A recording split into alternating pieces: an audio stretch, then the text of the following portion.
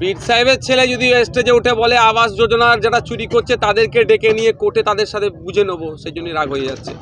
পীর সাহেবের ছেলে তৃণমূল জিন্দাবাদ যদি বলা যায় তো তখন গুড পীর সাহেবের ছেলে।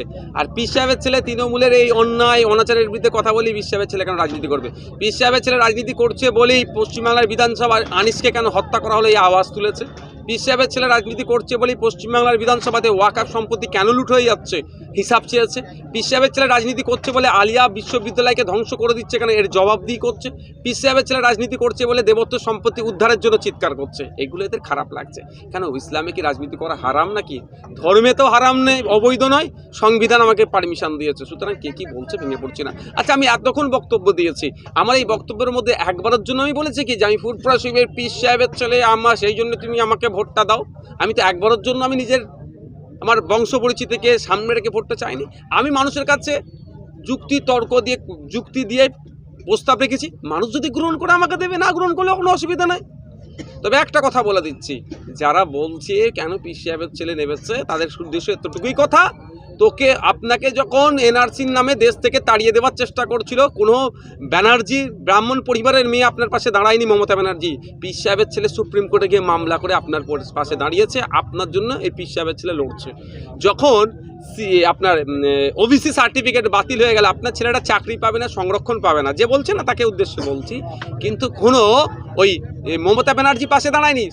প্রথম আমরা লড়াই করছি, আমাদের চিৎকারের জন্য দামি উকিল, মানে নামি দামি উকিল দিতে বাধ্য হয়েছে, এবং এই পীর সাহেবের ছেলেই কিন্তু ঘাটের টাকা খরচ করে সুপ্রিম কোর্টে মামলা লড়ছে। তো আগামী দিনে যদি তাকে দেশ থেকে তাড়িয়ে দেওয়ার কোনো কুপরিকল্পনা হয়, এই পীর সাহেবের ছেলেই কিন্তু তার পাশে দাঁড়াবে। আমি এতবার পীর সাহেবের ছেলের জন্যই বলছি, ও পীর সাহেবের ছেলে তুলে বলছিল। আমার আর দীর্ঘক্ষণ বক্তব্যতে কিন্তু একবারের জন্য আমি এটা ইউজ করিনি, কিন্তু এখন আমার বলছি ওনাকে জবাব দেওয়ার জন্য। কোনো বিপদ আপদে পড়লে এই পীর সাহেবের ছেলেই কিন্তু ওকে উদ্ধার করবে, ওনাকে উদ্ধার করবে। তৃণমূল নেতারা বলছে এখানে গুটিগত আইএসএফ রয়েছে, তাদের ঝাঁটা মেরে পার করে দাও। কি বলেন? দেখেন, অনেকে অনেক কথা বলছে, গণতন্ত্রের পরিপন্থী কথা। যে নেতাগুলো এই কথা বলছেন, আমি তাদের উদ্দেশ্যে বলবো এগুলো বলা ভদ্রত রাখুন। কারণ হচ্ছে আপনি যখন ফেসে যাবেন, আপনার দলের ঊর্ধ্বতন নেতারা কিন্তু আপনার পাশে থাকবে না। যেভাবে বড় বড় নেতারা বিভিন্ন কেসে ফেসে গিয়েছে, শাহজাহান শেখের মতো নেতাদের পাশে আর দল দাঁড়াচ্ছে না। আপনারা এই ধরনের গণতন্ত্রের পরিপন্থী কথা বলবেন না। আপনার যে দল ভালো লাগছে আপনি সে দল করুন, আপনার দলের হয়ে আপনি প্রচার মিটিং মিছিল করুন, কিন্তু এই ধরনের গণতন্ত্রের পরিপন্থী কথা বললে আপনাকে কিন্তু ফাঁসতে হবে। তৃণমূল কংগ্রেসের নেতারা বলছে আমরা গণতন্ত্র মেনেই রাজনীতি করছি, যার জন্য আইএসএফরা ঘুরে বেড়াতে পারছে। কি বলবেন এই বিষয়ে? যখন ব্যাপারটা যদি কথা বলে, আমি তার উল্টো একটু বলে দিই, অসুবিধা আছে। আমি এতটুকুই বলবো, আপনাদের গণতন্ত্র মানে কি? আবাস যোজনার নামে 30,000 টাকা তোলা? গণতন্ত্র মানে কি? মিথ্যা মৎস্যজীবী সাজিয়ে মৎস্যজীবীদের যে অধিকার সেগুলো হরণ করা? গণতন্ত্র মানে কি? ওই শ্রম চুরি করা? এদের গণতন্ত্র মানে কি? কাঁটা থেকে চুরি করা? এদের তো এটাই গণতন্ত্র। তৃণমূল নেতারা বলছে আমাদের 79টা প্রকল্প, যার নিরিখে আবার হাড়ার মানুষ আমাদের ভোট দেবে। তৃণমূল নেতাদের প্রকল্প নয়, পশ্চিমবাংলা সরকারের প্রকল্প। পশ্চিমবাংলা সরকারের যে প্রকল্প চলছে, এই প্রকল্পতে নওশাদ সিদ্দিকীরও টাকা আছে, তাপস ব্যানার্জিরও টাকা আছে, রবিউল ইসলামেরও টাকা আছে, শুভেন্দু অধিকারীরও ট্যাক্সের টাকা আছে, সবার আমাদের ট্যাক্সের টাকা দিয়ে প্রকল্প চলছে। সুতরাং এটা তৃণমূলের নিজস্ব কোনো প্রকল্প নয়। যদি তৃণমূল নিজস্ব কোনো প্রকল্প দিয়ে থাকে সেটা আলাদা ব্যাপার, সেটা দিতে বলুন তাদেরকে।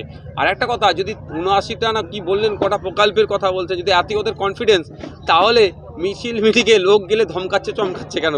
তাহলে ব্যানার পোস্টার লাগালে ছিঁড়ে নিয়ে পালাচ্ছে কেন? এত কনফিডেন্স?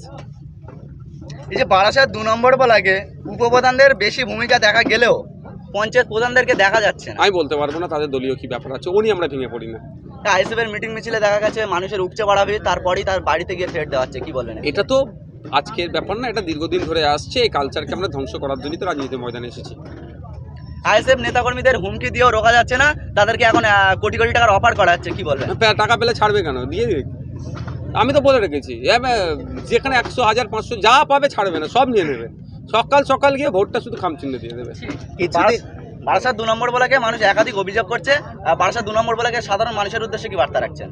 বার্তা এটাই, অভিযোগের সমাধান তো করতে হবে। অভিযোগ শুধু করে গেলে সারা জীবন হবে না। সমাধানের জায়গা হচ্ছে মূল্যবান ভোট। তো মূল্যবান ভোটটা সঠিক জায়গায় দেন, অভিযোগ সমস্যার সমাধান হয়ে যাবে।